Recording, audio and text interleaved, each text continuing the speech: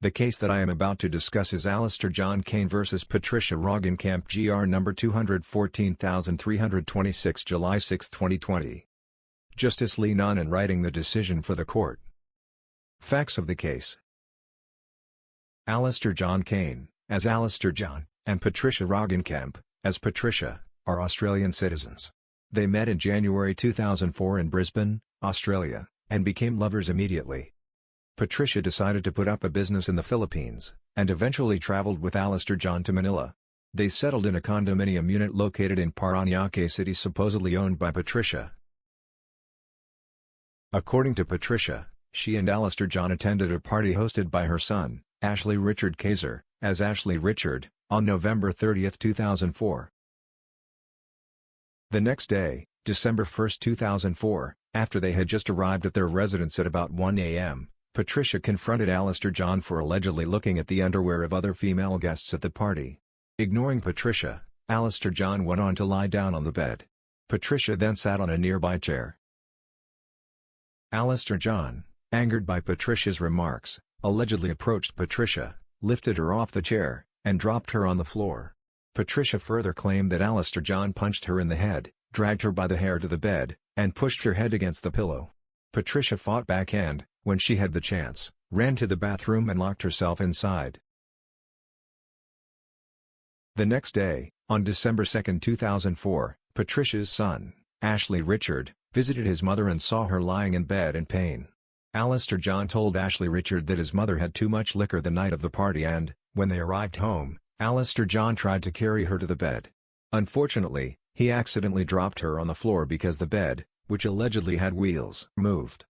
Ashley Richard then brought Particia to the San Juan de Dios hospital where she was prescribed painkillers for 12 days. After the trip to the hospital, Particia went home to Alastair John. Their situation went back to being peaceful, and they even went on vacation. On January 6, 2005, or merely 5 days after, Alastair John allegedly verbally abused Particia. He then left the next day, taking Patricia's car with him, as well as the keys to their Parañaque residence and another condominium unit in Pasig City where he stayed.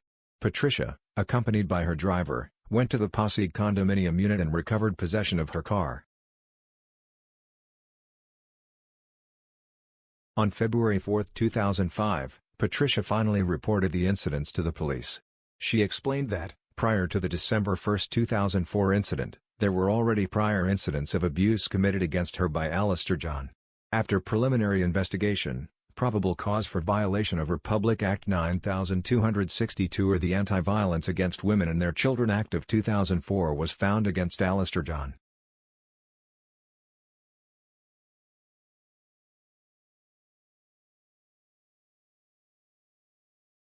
After trial, the Regional Trial Court, Branch 260, Parañaque City acquitted Alastair John on the ground of reasonable doubt.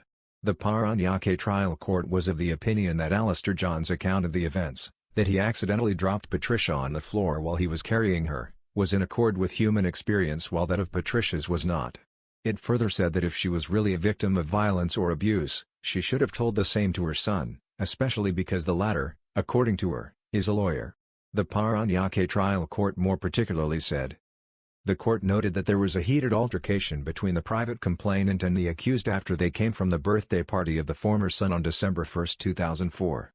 Kane was accused of looking and peeping at the girls during the party. The court is inclined to give credence to the version of the accused. The same is in accord with human experience. On the other hand, the version of Particia is not in accord with human experience. She claimed that she was grabbed by the hair, hit her head and chest, neck, pelvic area and shoulder, but the clinical abstract does not indicate any signs of physical violence. Thereafter, Particia filed a complaint for damages based on Article 33 of the Civil Code before the Regional Trial Court of Mandaluyong City, praying for actual, moral and exemplary damages, and attorney's fees.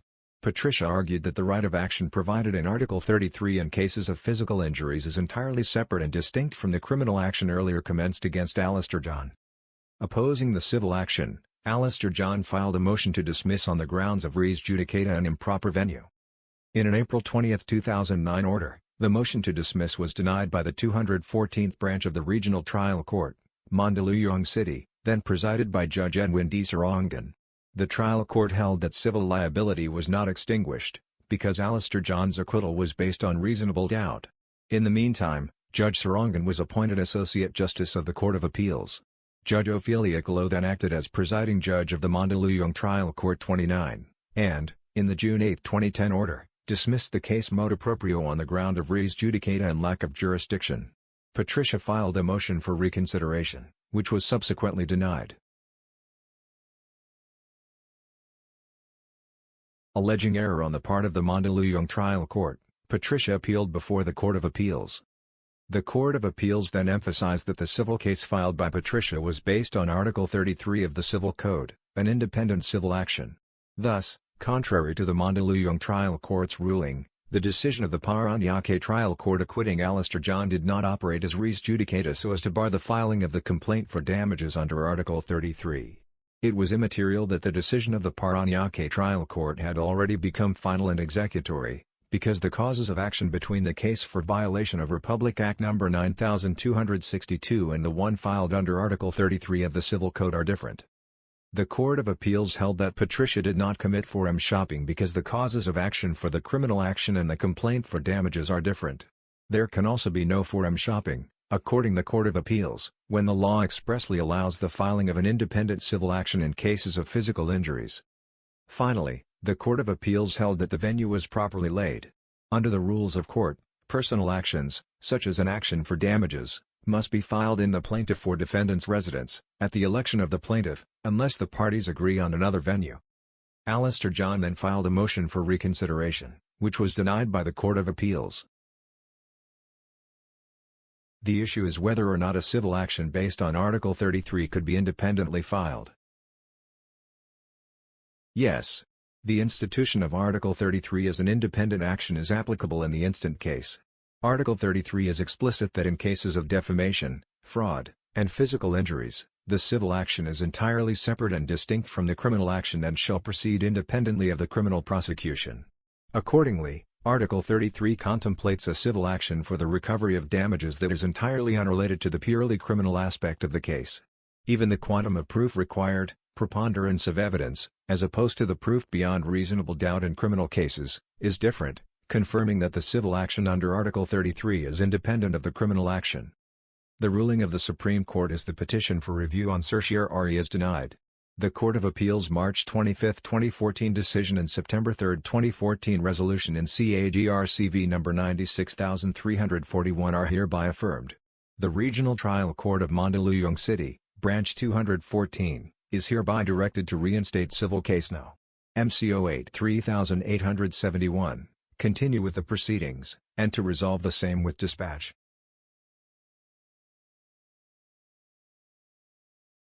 The rule of law on which the said judicial decision is based are as follows. Respondent based her complaint for damages against petitioner on Article 33 of the Civil Code. Article 33 states that in cases of defamation, fraud, and physical injuries, a civil action for damages, entirely separate and distinct from the criminal action, may be brought by the injured party. Such civil action shall proceed independently of the criminal prosecution, and shall require only a preponderance of evidence. Nevertheless, Alastair John claims that his acquittal should have barred the filing of the complaint for damages.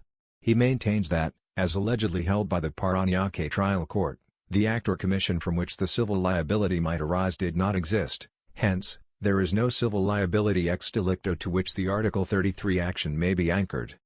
Anent the court such contention is without merit.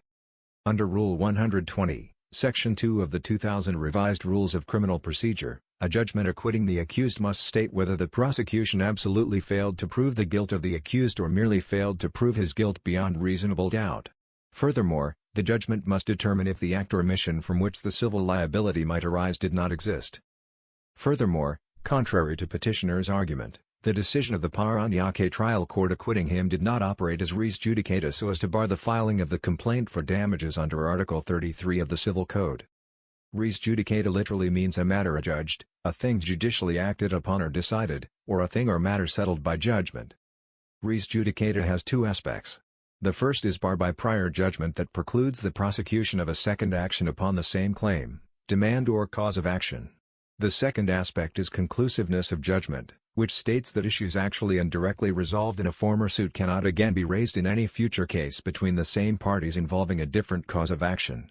It is settled that a decision acquitting the accused is not res judicata on the independent civil action, even if the latter action arises from the same act or omission on which the criminal action was based.